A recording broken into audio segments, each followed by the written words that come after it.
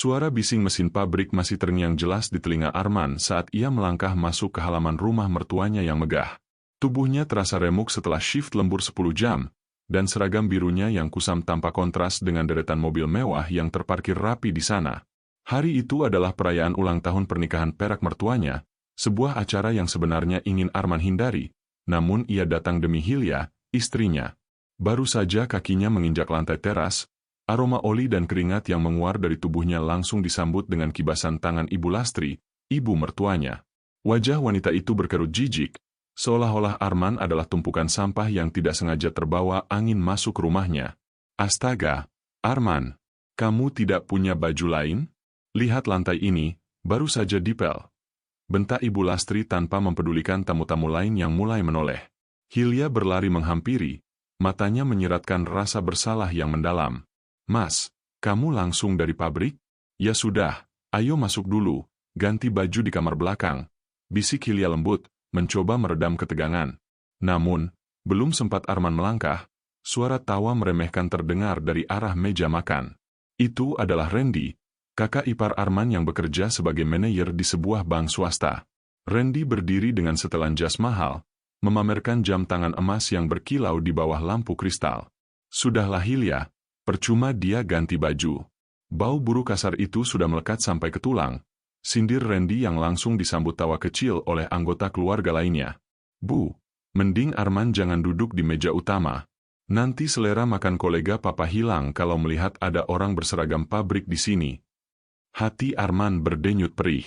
Ia meremas bungkusan kado kecil di tangannya, sebuah bros emas yang ia beli dengan menyisihkan uang lemburnya selama 3 bulan. Namun, sebelum ia sempat memberikannya, Ibu Lastri sudah kembali menyerangnya. Randy benar. Arman, kamu makan di dapur saja bersama asisten rumah tangga. Kebetulan piring-piring kotor sudah menumpuk. Setelah makan kamu bantu cuci ya? Hitung-hitung itu bayaran karena kamu sudah numpang makan di sini.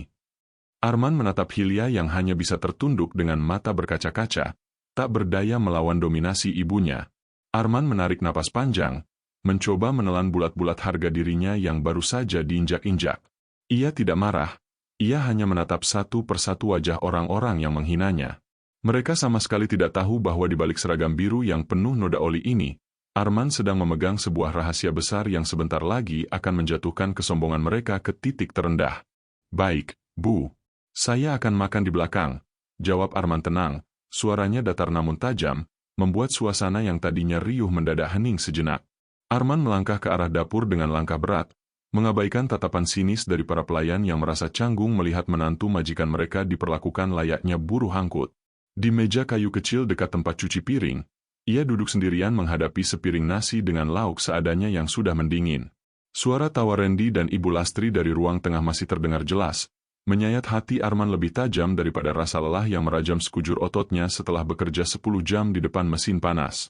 Tak lama kemudian, Hilya menyelinap masuk ke dapur dengan mata yang masih sembab. Ia membawa sebuah kantong plastik kecil berisi anggur muscat yang terlihat segar dan mahal, buah yang sejak kemarin sangat diinginkannya karena sedang mengidam di trimester pertama kehamilan mereka. Arman membelinya tadi sore di supermarket dekat pabrik, menggunakan sisa uang lembur yang seharusnya ia simpan untuk ongkos transportasinya minggu depan. Mas, makan ini sedikit ya? Aku tahu kamu belum sempat makan buah hari ini, bisik Hilya sambil menyodorkan buah itu dengan tangan gemetar. Ia mencoba memberikan sedikit kenyamanan di tengah badai penghinaan yang baru saja diterima suaminya. Namun, baru saja jemari Arman hendak menyentuh butiran anggur itu, langkah kaki yang angkuh terdengar mendekat. Ibu Lastri muncul di ambang pintu dapur dengan wajah merah padam, matanya langsung tertuju pada buah mahal di atas meja. Tanpa peringatan, ia menyambar kantong plastik itu dengan kasar hingga buahnya hampir berceceran. Bagus ya. Ternyata uang yang seharusnya kamu simpan untuk membayar tunggakan biaya pengobatan ayah, malah kamu pakai buat foya-foya beli buah semahal ini. Teriak Ibu Lastri hingga suaranya bergema sampai ke ruang tamu, menghentikan percakapan para tamu di luar. Hilya tersentak kaget. Bahunya bergetar. Ibu, itu Mas Arman beli buat aku lagi ngidam, Bu. Aku pengen banget anggur itu. Ibu Lastri justru tertawa sinis, menatap Arman dengan pandangan yang benar-benar merendahkan. Ngidam itu harus tahu diri, Hilya. Kamu itu istri buruh pabrik, jangan belagu mau makan makanan orang kaya. Ini lebih pantas diberikan untuk cucu ibu, anaknya Randy. Mereka jelas lebih butuh vitamin daripada kamu yang suaminya saja cuma bisa kasih beban buat keluarga ini. Ibu Lastri membawa pergi buah itu tanpa rasa bersalah sedikit pun, meninggalkan Arman dan Hilya dalam keheningan yang menyesakan. Arman melihat Hilya yang perlahan mulai terisak, meremas perutnya yang masih rata dengan rasa kecewa yang mendalam. Harga diri Arman seolah dirajam berkali-kali. Ia bukan hanya gagal menjadi menantu yang dihargai, tapi ia merasa gagal sebagai suami yang bahkan tidak bisa mempertahankan sebutir anggur untuk istrinya yang sedang mengandung. Arman mengepalkan tangannya di bawah meja hingga buku-buku jarinya memutih dan urat-urat lengannya menonjol. Ia menatap punggung mertuanya yang menjauh dengan tatapan yang sangat dingin. Dalam hati, ia berjanji bahwa air mata Hilya hari ini adalah air mata terakhir yang akan tumpah karena kemiskinan palsu yang ia jalani. Ia hanya perlu bersabar sedikit lagi, karena sebentar lagi, sebuah kabar dari pusat perusahaan akan mengguncang pondasi rumah ini hingga ke akar-akarnya. Keheningan di dapur itu terasa lebih mencekam daripada kebisingan mesin pabrik yang dihadapi Arman setiap hari. Isak tangis Hilya yang tertahan seolah menjadi melodi paling menyakitkan yang pernah ia dengar. Arman ingin sekali memeluk istrinya, menjanjikan dunia yang lebih baik, namun ia tahu kata-kata saja tidak akan cukup untuk menyembuhkan luka akibat hinaan ibunya sendiri. Baru saja ia hendak menghapus air mata di pipi Hilya, suara berat Pak Surya, ayah mertuanya, menggelegar dari ruang tengah, memanggil namanya dengan nada yang penuh kuasa dan kebencian. Arman, kesini kamu. Jangan bersembunyi di ketiak istri terus. Arman menarik napas panjang, menatap Hilya sekilas untuk memberinya kekuatan, lalu melangkah menuju ruang tengah. Di sana, seluruh keluarga sudah berkumpul. Pak Surya duduk di kursi kebesarannya, didampingi Ibu Lastri yang masih memegang kantong buah anggur rampasannya, dan Randy yang duduk dengan gaya angkuh sambil memainkan kunci mobil mewahnya. Suasana perayaan yang seharusnya penuh tawa kini berubah menjadi persidangan yang dingin. Tanpa basa-basi, Pak Surya melempar sebuah map coklat ke atas meja kopi di depan Arman. Tanda tangani itu. Aku tidak mau tahu, malam ini juga hubungan kamu dan Hilya harus berakhir. Ucapnya dingin, seolah sedang memutus kontrak kerja buruh harian. Arman menatap map itu tanpa menyentuhnya. Apa ini, Pak? Itu surat pernyataan cerai dan kesepakatan bahwa kamu tidak akan menuntut apapun dari keluarga ini, sela Randy dengan senyum meremehkan. Kami sudah tidak tahan lagi melihat Hilya menderita hidup dengan buruh rendahan seperti kamu. Kamu tahu, minggu depan, rumah ini akan kedatangan tamu penting, seorang kontraktor rekanan bisnis Papa. Dia sudah lama menyukai Hilya, dan dia bisa memberikan kehidupan 1000 kali lebih layak daripada sekadar bau oli dan gaji UMR yang kamu banggakan itu. Ibu Lastri menimpali dengan nada yang lebih kejam. Ingat ya Arman, kamu itu cuma parasit. Selama ini kamu tinggal di sini, makan di sini, itu semua karena belas kasihan kami. Tapi sekarang, kehadiranmu cuma bikin malu keluarga. Apa kamu tidak sadar? Tetangga mulai berbisik kalau menantu keluarga Surya cuma buruh pabrik yang seragamnya saja lusuh. Hilya yang baru menyusul ke ruang tengah langsung menjerit histeris. Ibu, Papa. Apa-apaan ini? Aku sedang hamil anak Mas Arman. Aku tidak akan pernah bercerai. Pak Surya menggebrak meja hingga gelas kristal di atasnya bergetar. Diam, Hilya. Kamu masih muda. Anak itu bisa diurus nanti. Tapi keluarga ini tidak bisa memelihara sampah lebih lama lagi. Arman, kalau kamu masih punya sedikit saja harga diri sebagai laki-laki, tanda tangani surat itu dan pergi dari sini sekarang juga. Atau, aku akan menggunakan koneksiku untuk memastikan kamu dipecat dari pabrikmu besok pagi dan masuk daftar hitam di perusahaan manapun. Arman menatap surat cerai itu, lalu beralih menatap wajah-wajah sombong di depannya. Ada kilat aneh di matanya, bukan kilat kemarahan yang meledak-ledak, melainkan sebuah ketenangan yang sangat menakutkan. Ia teringat pesan dari asisten pribadinya di ponsel yang masih tersimpan di saku seragamnya. Tuan, proses akuisisi sudah selesai. Sekarang, Anda adalah pemilik sah dari 60% saham perusahaan tempat Pak Surya dan Randy menaruh seluruh modal keluarga mereka. Jadi, Bapak ingin saya pergi sekarang? Tanya Arman pelan. Suaranya sangat tenang namun membuat bulu kuduk Randy tiba-tiba berdiri. Pertanyaan Arman yang begitu tenang justru membuat suasana ruang tamu yang mewah itu terasa semakin mencekam.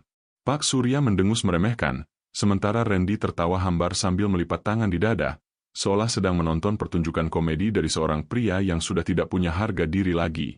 Di mata mereka, Arman hanyalah kerikil kecil yang bisa ditendang kapan saja tanpa perlu merasa bersalah. Ya, pergi sekarang juga. Bawa semua baju-baju kumuhmu itu dan jangan pernah injakan kaki di rumah ini lagi. Bentak Ibu Lastri sambil melemparkan tas punggung usang milik Arman yang sudah ia siapkan sebelumnya ke lantai. Arman tidak menyentuh tas itu. Ia justru menatap Pak Surya tepat di matanya. Saya akan pergi, Pak. Tapi saya tidak akan menandatangani surat itu. Bukan karena saya takut kehilangan kemewahan keluarga ini, tapi karena Hilya adalah istri saya, dan anak di kandungannya adalah darah daging saya. Saya tidak akan membiarkan kalian menghancurkan masa depan mereka hanya demi ego dan gengsi. Berani kamu bicara soal masa depan? Randy maju satu langkah, mencoba mengintimidasi Arman dengan postur tubuhnya yang dibalut setelan mahal. Masa depan apa yang bisa diberikan seorang buruh pabrik? Susu kaleng murah? Kontrakan pengap yang atapnya bocor? Lihat Papa, perusahaannya sedang butuh suntikan dana besar, dan rekanan kontraktor yang kami siapkan untuk Hilya itu bisa memberikan segalanya. Sedangkan kamu cuma beban. Hilya menjerit, mencoba menarik lengan kakaknya agar berhenti menghina suaminya. Cukup, Mas Randy. Cukup. Mas Arman bekerja keras untukku. Namun, sebuah dorongan kasar dari Ibu Lastri membuat Hilya terduduk di sofa sambil menangis sesenggukan, memegangi perutnya yang mulai terasa kram akibat stres yang luar biasa. Melihat istrinya diperlakukan seperti itu, amarah Arman yang selama ini ia tekan sekuat tenaga mulai mencapai puncaknya. Namun, ia tidak membalas dengan pukulan. Ia hanya mengambil tasnya, menyampirkannya di bahu, lalu mengeluarkan ponselnya yang layarnya sedikit retak. Sebuah pesan masuk terlihat di layar. Tuan, dana talangan untuk perusahaan Pak Surya sudah kami tahan sesuai perintah Anda. Mereka akan menghadapi kebangkrutan total dalam 24 jam ke depan jika tidak ada keajaiban. Arman menatap mertuanya untuk terakhir kalinya malam itu. Bapak bilang perusahaan Bapak sedang butuh suntikan dana? Saya sarankan, jangan terlalu berharap pada kontraktor itu. Karena besok pagi, Bapak akan sadar bahwa orang yang Bapak panggil, sampah, ini adalah satu-satunya orang yang sebenarnya bisa menyelamatkan nyawa bisnis Bapak. Halah, jangan mimpi kamu, buruh pabrik. Teriak Pak Surya sambil menunjuk pintu keluar. Arman berbalik tanpa kata, melangkah menembus kegelapan malam dengan seragam pabriknya yang masih bau oli. Ia membiarkan mereka merasa menang untuk sesaat, tanpa tahu bahwa di luar sana, deretan asisten berbaju hitam sudah menunggu instruksinya untuk meruntuhkan kesombongan keluarga itu hanya dengan satu ketukan jari di layar ponsel. Suara pagar besi yang dibanting keras di belakang punggungnya seolah menjadi tanda berakhirnya pengabdian Arman sebagai menantu yang penurut. Di bawah guyuran hujan yang tiba-tiba turun membasahi bumi, Arman berjalan menyusuri trotoar dengan tas usangnya. Seragam pabriknya yang basah kuyup kini terasa semakin berat, persis seperti beban di dadanya saat mengingat tangis Hilya yang memilukan tadi. Ia menoleh sekilas ke arah rumah megah itu, rumah di mana harga dirinya baru saja dicabik-cabik dan dibuang seperti sampah tak berharga. Namun, hanya 2 blok dari sana, di sebuah sudut jalan yang gelap dan sepi, sebuah mobil sedan mewah berwarna hitam metalik sudah terparkir menunggu. Begitu Arman mendekat, seorang pria bersetelan jas rapi segera keluar dan membukakan payung untuknya. Pria itu membungkuk sangat rendah, sebuah gestur penghormatan yang tidak akan pernah didapatkan Arman dari keluarga Surya. Tuan muda, Anda basah kuyup. Mengapa tidak membiarkan kami menjemput tepat di depan gerbang? Tanya pria itu dengan nada khawatir yang tulus. Arman masuk ke dalam kabin mobil yang harum aroma kayu cendana dan kulit mahal. Ia melepas jaket pabriknya yang kotor, menatap lencana nama, Arman operator produksi, yang tersemat di sana. Aku ingin merasakan sampai titik mana mereka sanggup merendahkanku, Baskoro. Dan ternyata, mereka jauh lebih buruk dari yang kubayangkan. Lalu, apa perintah Anda selanjutnya? Pak Surya dan Randy sedang merayakan pengusiran Anda, tanpa tahu bahwa investor yang mereka tunggu besok pagi adalah perusahaan konsorsium milik Anda sendiri, lapor Baskoro sambil menyerahkan tablet yang berisi laporan keuangan keluarga Surya yang merah total. Arman menyandarkan kepalanya, matanya menatap rintik hujan di kaca mobil dengan dingin. Biarkan mereka menikmati kemenangan palsu itu malam ini. Oh ya, pastikan dokter pribadi kita memantau kondisi Hilya secara diam-diam. Jangan sampai stres ini mengganggu kehamilannya. Hanya Hilya yang tidak boleh terluka dalam permainan ini. Sementara itu, di dalam rumah mewah yang hangat, Ibu Lastri dan Randy sedang bersulang dengan gelas-gelas kristal. Mereka tertawa puas, merasa telah berhasil membuang virus yang merusak reputasi keluarga mereka. Mereka sama sekali tidak menyadari bahwa di balik kegelapan malam, pria yang mereka usir tadi baru saja menandatangani surat perintah untuk menarik seluruh dukungan finansial dari bank-bank utama terhadap bisnis keluarga Surya. Besok adalah awal yang baru untuk Hilya, ucap Pak Surya dengan penuh percaya diri, tanpa tahu bahwa besok justru akan menjadi hari di mana ia harus berlutut di lantai kantor yang dingin, memohon pada pria yang baru saja ia usir dengan hinaan. Matahari pagi menembus jendela kaca besar di ruang tamu keluarga Surya, menyinari sisa-sisa gelas kristal dan piring mewah yang belum sempat dibereskan dari perayaan tadi malam. Ibu Lastri bangun dengan senyum kemenangan, membayangkan hari ini Hilya akan resmi lepas dari bayang-bayang seorang buruh pabrik dan mulai mendekat pada kehidupan yang jauh lebih bermartabat. Namun, ketenangan semu itu pecah ketika suara telepon genggam Pak Surya berdering berkali-kali dengan nada yang mendesak, seolah membawa kabar buruk yang tidak bisa ditunda. Wajah Pak Surya yang semula segar mendadak pucat pasi. Ia terduduk lemas di kursi jati besarnya, tangannya gemetar hebat saat mendengarkan suara di seberang telepon. Randy, yang baru saja keluar dari kamar dengan piyama sutranya, mengerutkan kening melihat ekspresi ayahnya. "Ada apa, Pak? Rekanan kontraktor itu sudah jalan ke sini?" tanya Randy santai, masih dengan sisa-sisa kesombongan semalam. Pak Surya menggeleng dengan tatapan kosong. "Bukan. Ini dari Bank Pusat. Mereka membatalkan semua kredit perusahaan secara sepihak. Bukan hanya itu, seluruh aset kantor sudah dibekukan atas perintah konsorsium investor baru. Kita bangkrut, Randy. Dalam satu malam, semuanya hilang." Ibu Lastri yang baru datang membawa teh hangat hampir menjatuhkan nampannya. "Bangkrut? Bagaimana mungkin?" Katanya Randy punya kenalan orang dalam di bank. Randy tertegun. Keringat dingin mulai membasahi dahinya. Ia tahu persis bahwa posisinya di bank juga sedang di ujung tanduk karena skandal manipulasi data yang selama ini ia tutup-tutupi. Sebelum ia sempat menjawab, pintu depan rumah digedor dengan kasar. Beberapa pria bersetelan gelap berdiri di sana, menyerahkan surat penyitaan rumah. Di tengah kekacauan itu, Hilya keluar dari kamar dengan wajah yang sangat pucat dan mata bengkak karena menangis sepanjang malam. Ia melihat ibunya meratap dan ayahnya yang nyaris pingsan, namun ia tidak merasakan simpati sedikitpun. Hilya memegangi perutnya yang mulai terasa sakit luar biasa, sebuah peringatan bahwa stres ini mulai mengancam janinnya. "Di mana Mas Arman?" tanya Hilya lirih, suaranya nyaris hilang ditelan histeria ibunya. "Jangan sebut nama buruh sialan itu," teriak Ibu Lastri di sela tangisnya. "Pasti dia yang membawa sial. Gara-gara dia keluar dari rumah ini dengan sumpah serapah, nasib kita jadi begini." Randy mencoba menghubungi rekan kontraktor yang mereka puja-puja semalam, namun nomornya sudah tidak aktif. Ia baru menyadari bahwa mereka telah dijebak oleh janji manis yang palsu. Di saat keputusasaan mencapai puncaknya, sebuah mobil SUV mewah berhenti di depan rumah mereka. Seorang asisten rapi keluar membawa sebuah map resmi. "Kami dari Vortex Group," ucap asisten itu dengan nada dingin. "Kami telah mengambil alih seluruh hutang keluarga ini. Jika Anda ingin membicarakan syarat agar rumah ini tidak disita, pemilik kami mengundang Anda untuk datang ke kantor pusat sekarang juga." Pak Surya mendongak dengan secerca harapan. Siapa pemilik Vortex Group? Kami akan melakukan apa saja agar perusahaan kami selamat." Asisten itu hanya tersenyum tipis, sebuah senyuman yang menyimpan misteri besar. "Namanya tidak perlu saya sebutkan. Anda akan segera tahu saat melihatnya duduk di kursi pimpinan. Saya sarankan Anda bergegas, sebelum beliau berubah pikiran." Harapan semu yang ditawarkan asisten dari Vortex Group itu menjadi satu-satunya pegangan bagi keluarga Surya yang kini sedang karam. Dengan tangan yang masih gemetar, Pak Surya memaksa Randy untuk segera mengemudikan mobil mereka yang tersisa menuju gedung pencakar langit di pusat kota. Di dalam mobil, suasana begitu mencekam. Ibu Lastri tak henti-hentinya merapikan riasannya yang luntur akibat air mata, berharap penampilan mewahnya masih bisa menyelamatkan harga diri mereka di depan sang konglomerat misterius. "Hilya, hapus air matamu. Nanti kalau kita bertemu pemilik Vortex Group, kamu harus terlihat cantik. Siapa tahu dia tersentuh dan mau membantu kita karena melihatmu," ucap Ibu Lastri dengan sisa-sisa kelicikannya. Hilya hanya dia mematung, menatap jalanan dari balik kaca mobil. Hatinya hancur.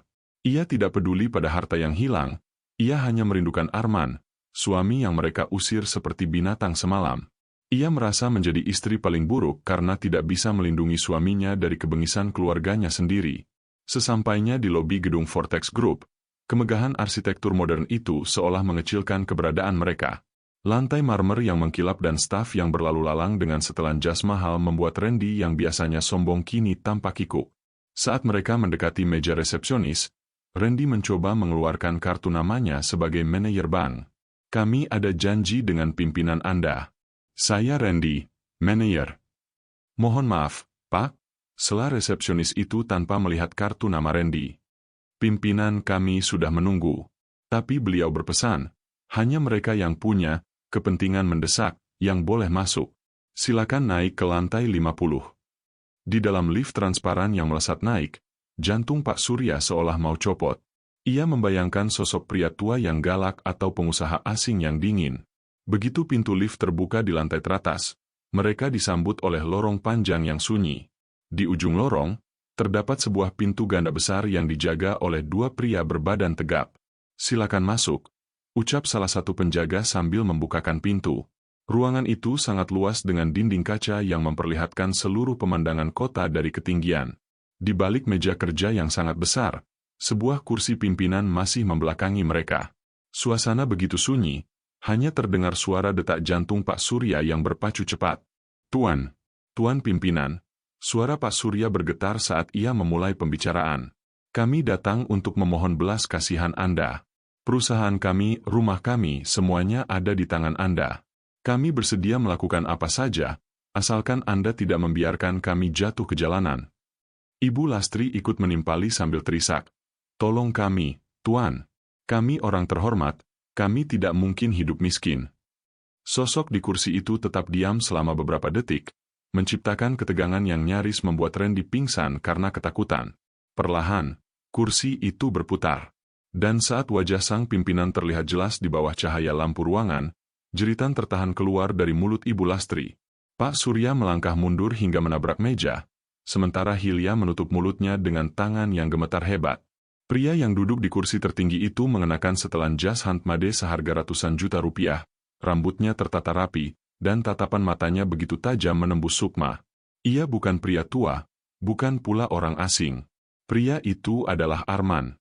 Jadi, ini rasanya melihat orang terhormat memohon di kaki seorang buruh pabrik. Tanya Arman dengan suara bariton yang tenang, namun sanggup membekukan darah siapapun yang mendengarnya. Keheningan yang menyelimuti ruangan lantai 50 itu terasa begitu menyesakan, seolah oksigen mendadak hilang dari paru-paru keluarga Surya. Ibu Lastri mematung dengan mulut ternganga, matanya berkali-kali berkedip, berusaha meyakinkan dirinya bahwa pria di depannya bukanlah hantu atau sekadar kemiripan wajah. Namun, aroma parfum maskulin yang mahal dan aura otoritas yang terpancar dari Arman tidak bisa membohongi siapapun. Pria yang tadi malam mereka usir dengan hinaan, kini duduk di puncak kekuasaan yang bisa menghancurkan hidup mereka hanya dengan satu jentikan jari. Arman? Bagaimana mungkin? Kamu seharusnya ada di pabrik. Suara Pak Surya pecah, nyaris tak terdengar. Tubuhnya yang biasanya tegap kini tampak lunglai, seolah tulang-tulangnya baru saja diloloskan. Ibu Lastri, dengan kelicikan yang masih tersisa, mencoba memaksakan sebuah senyuman. Ia melangkah maju dengan tangan gemetar, berusaha meraih meja kerja Arman. Arman, menantuku sayang. Jadi ini kejutanmu? Kenapa kamu tidak bilang dari awal? Kami kan hanya ingin mengujimu semalam. Iya, itu cuma tes untuk melihat kesabaranmu. Arman menyandarkan punggungnya ke kursi kulit, menatap ibu mertuanya dengan pandangan datar yang membuat nyali wanita itu menciut. Tes, Bu. Mengusir suami dari istrinya yang sedang hamil, merampas makanan yang diinginkannya, dan memaki harga dirinya di depan tamu adalah sebuah tes? Jika itu tes, maka Anda baru saja gagal dengan nilai yang sangat memalukan. Randy, yang sejak tadi terdiam karena syok, mencoba berdiri tegak meski kakinya lemas. Jangan sombong kamu, Arman. Kamu pasti melakukan sesuatu yang ilegal. Tidak mungkin seorang buruh bisa jadi pemilik konsorsium sebesar ini dalam semalam. Arman mengalihkan tatapannya ke arah Randy. Ia membuka sebuah laci dan mengeluarkan satu bundel berkas tebal. Bicara soal ilegal, Mari kita bahas tentang manipulasi dana nasabah yang kamu lakukan di bank tempatmu bekerja, Randy. Juga tentang sertifikat rumah ini yang diam-diam kamu jaminkan untuk menutupi hutang judi online MU yang mencapai miliaran rupiah. Wajah Randy seketika berubah menjadi abu-abu. Ia terjatuh kembali ke kursinya, keringat dingin mengucur deras. Pak Surya menoleh ke arah putranya dengan tatapan tidak percaya. Randy, apa yang dia katakan itu benar? Bukan hanya itu, Pak, lanjut Arman dengan nada yang semakin dingin. Kontraktor yang semalam kalian puja-puja itu? Dia adalah rekanan Randy dalam penggelapan dana.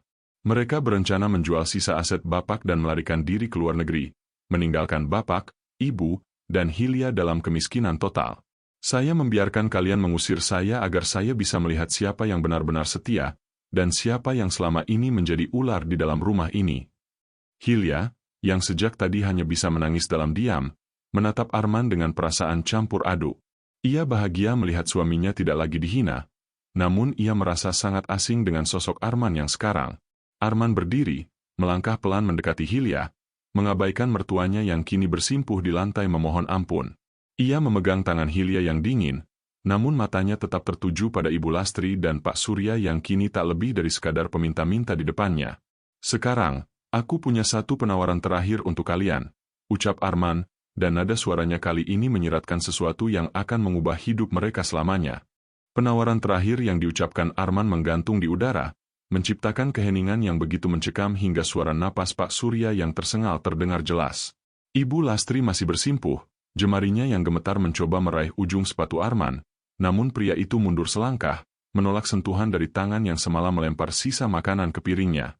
Di mata Arman, tidak ada lagi dendam yang meledak-ledak, yang tersisa hanyalah kekecewaan mendalam yang telah membeku menjadi ketegasan. Aku akan melunasi semua hutang rumah ini dan membatalkan penyitaan aset Papa, ucap Arman tenang. Harapan mendadak membuncah di wajah Pak Surya dan Ibu Lastri. Mereka hendak mengucapkan terima kasih, namun kalimat Arman selanjutnya justru menghujam jantung mereka. Tapi, rumah itu bukan lagi milik kalian. Atas namanya sudah kupindahkan secara resmi menjadi milik Hilya dan calon anak kami. Kalian boleh tetap tinggal di sana, tapi hanya sebagai tamu. Tidak ada lagi pelayan, tidak ada lagi mobil mewah, dan tidak ada lagi pesta-pesta sombong. Ibu Lastri terperangah. Maksudmu, kami harus hidup seperti orang biasa? Tanpa pembantu? Tanpa sopir? Sama seperti caramu memperlakukanku, Bu, jawab Arman dingin. Kalian akan belajar bagaimana rasanya mengurus rumah sendiri, mencuci piring sendiri, dan menghargai setiap butir nasi yang ada di meja makan.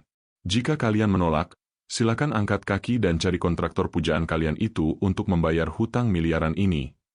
Belum sempat mereka merespons, pintu ruangan terbuka kasar.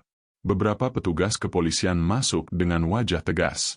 Randy yang tadinya terduduk lemas langsung mencoba berdiri untuk kabur. Namun langkahnya terhenti saat petugas mencekal lengannya. Saudara Randy, Anda ditahan atas dugaan penggelapan dana nasabah dan manipulasi dokumen perbankan, ucap petugas itu sambil memborgol tangan Randy. Arman, tolong aku. Kamu kan punya kuasa, kamu bisa hentikan ini. Teriak Randy histeris.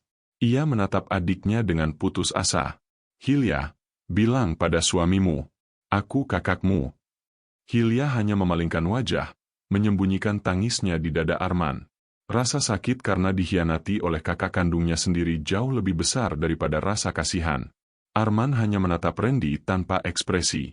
Aku bukan Tuhan yang bisa menghapus dosa kriminalmu, Randy. Kamu harus belajar bahwa setiap perbuatan ada harganya. Ibu Lastri menjerit melihat putra kesayangannya digiring keluar, namun ia tak berdaya. Ia menatap Arman dengan penuh ketakutan, menyadari bahwa pria yang dulu ia panggil parasit, kini adalah satu-satunya pelindung yang ia miliki.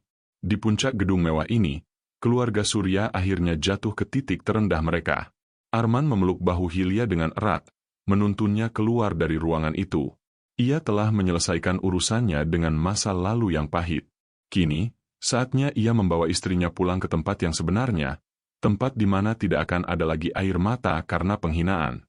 Namun, sebelum ia benar-benar pergi, Arman menoleh ke arah mertuanya yang masih terpaku di lantai. Besok pagi, jangan lupa siapkan sarapan sendiri. Dan pastikan lantainya bersih, seperti yang ibu minta padaku semalam. Kalimat terakhir Arman tentang menyiapkan sarapan dan membersihkan lantai bergema di ruangan mewah itu seperti lonceng kematian bagi harga diri Ibu Lastri dan Pak Surya. Mereka hanya bisa mematung, menatap pintu ganda yang tertutup rapat, menyadari bahwa roda nasib telah berputar dengan sangat kejam. Pagi harinya, suasana di rumah megah keluarga Surya berubah total. Tidak ada lagi aroma masakan koki pribadi atau suara mesin penyedot debu yang dioperasikan asisten rumah tangga. Yang terdengar hanyalah denting piring yang dicuci dengan canggung oleh tangan Ibu Lastri yang biasanya hanya dihiasi berlian. Ibu Lastri menatap pantulan dirinya di cermin dapur. Wajahnya tampak kuyu tanpa riasan mahal. Ia memegang sapu dengan gemetar. Teringat bagaimana dulu ia melemparkan sapu yang sama ke arah Arman. Kini, setiap sudut rumah yang luas ini terasa seperti penjara yang menuntut tenaga fisiknya. Di ruang tamu, Pak Surya duduk menatap meja kosong, meratapi kenyataan bahwa putra kebanggaannya, Randy, kini mendekam di balik jeruji besi. Mereka masih kaya secara fasilitas, namun mereka miskin secara jiwa, hidup di bawah bayang-bayang kebaikan menantu yang pernah mereka injak-injak. Sementara itu, di sebuah rumah minimalis namun asri yang terletak jauh dari kebisingan kota, Arman duduk di teras sambil memandangi matahari terbenam. Hilya keluar membawa 2 cangkir teh hangat, wajahnya jauh lebih cerah dan tenang. Arman meraih tangan istrinya, lalu meletakkan sebuah kantong plastik berisi anggur muscat yang segar di atas meja, buah yang dulu sempat dirampas oleh mertuanya. "Mas, terima kasih sudah bersabar selama ini," bisik Hilya sambil menyandarkan kepalanya di bahu Arman. "Aku sempat takut kamu akan benar-benar pergi saat itu." Arman tersenyum tipis, mencium kening istrinya dengan penuh kasih. "Aku tidak pernah pergi karena benci, Hilya. Aku bertahan karena cinta kepadamu dan calon anak kita. Aku hanya ingin mereka tahu bahwa kehormatan seseorang tidak ditentukan oleh seragam atau status pekerjaannya, tapi oleh bagaimana dia memperlakukan manusia lainnya. Menjadi buruh pabrik bukan berarti aku bisa direndahkan, dan menjadi kaya bukan berarti mereka bisa sewenang-wenang." Kini, Arman tidak perlu lagi menyamar. Ia tetap menjadi pria yang sederhana, namun dengan kekuatan untuk melindungi apa yang ia cintai. Kehidupan mereka berlanjut dengan kebahagiaan yang nyata, tanpa kepalsuan status sosial. Arman telah membuktikan bahwa kesabaran yang dibalut dengan strategi yang tepat akan selalu membuahkan kemenangan yang manis, sementara kesombongan hanya akan berakhir pada penyesalan yang terlambat. Kisah ini mengajarkan kita bahwa derajat seseorang tidak boleh diukur hanya dari apa yang terlihat di mata. Jangan pernah meremehkan orang lain, karena kita tidak pernah tahu kekuatan apa yang mereka sembunyikan di balik kesederhanaannya. Harta bisa habis dalam semalam, namun harga diri dan karakter akan tetap bertahan selamanya. Bagaimana pendapat kalian tentang keputusan Arman? Apakah menurut kalian keluarga istrinya pantas mendapatkan kesempatan kedua? Ataukah hukuman sosial yang mereka terima sudah cukup adil? Tuliskan pendapat kalian di kolom komentar di bawah. Terima kasih sudah mengikuti kisah ini sampai akhir. Jangan lupa untuk tekan tombol like dan subscribe agar kalian tidak ketinggalan cerita-cerita dramatis dan inspiratif lainnya dari kami.